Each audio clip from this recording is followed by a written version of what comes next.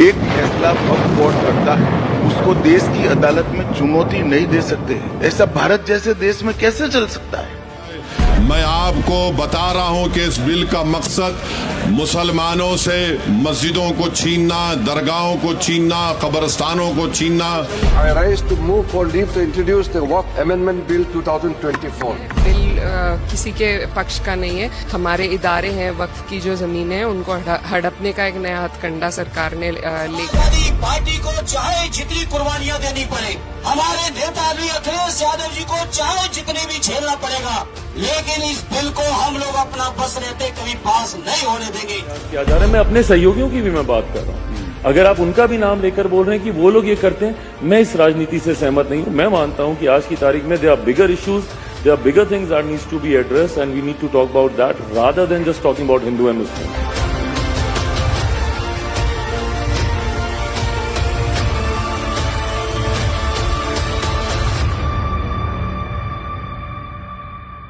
संसद के मौजूदा सत्र के आखिरी कुछ दिनों में केंद्र सरकार वक्फ संशोधन बिल पेश करने वाली है। गृह मंत्री अमित शाह ने एक टीवी चैनल के साथ बातचीत में इस बात की तरफ इशारा किया कि वो इस संशोधित प्रारूप को ले आने वाले हैं।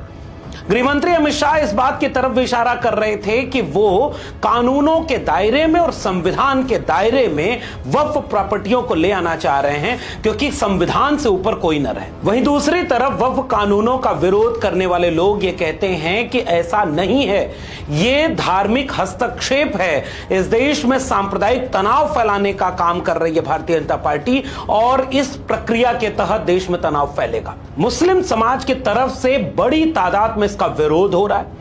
पसमानदा मुस्लिम समाज की तरफ से एक सुझाव के साथ इस पर बातचीत करने की कोशिश की गई।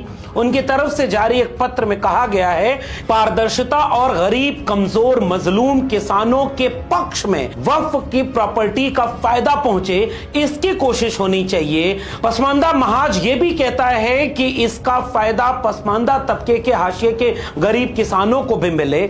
लेकिन पसमानदा महाज यह भी साफ तौर पर कहता है कि मजहब के नाम पर लड़ाने की मंशा और मजहबी हस्तक्षेप करके इस तरह के कानूनों को ले आने की केंद्र सरकार की मंशा के वो खिलाफ है। चिराग पासवान ने टीवी चैनल को दिए इंटरव्यू में भी इस बात का विरोध कर दिया। चंद्रबाबू नायडू ने यहां तक कह दिया कि कैसे इसकी रक्षा के लिए वो काम करेंगे। नीतीश कुमार की पार्टी भी प्रकारांतर से अभी तक इस कानून के पूरे पक्ष में नहीं दिख रही है।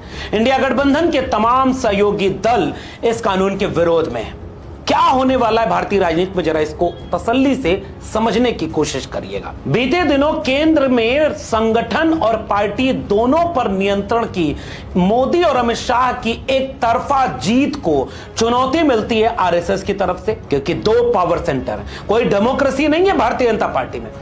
इसके चलते मोदी और अमित शाह की जोड़ी अभी इस बात को तय करने में लगी है कि उनका नियंत्रण पूरी तरह से भारतीय राजनीति पर कैसे काबिज रहे। वहीं दूसरी तरफ योगी आदित्यनाथ का एक नया मॉडल डेवलप किया जा रहा है। संभल और मेरठ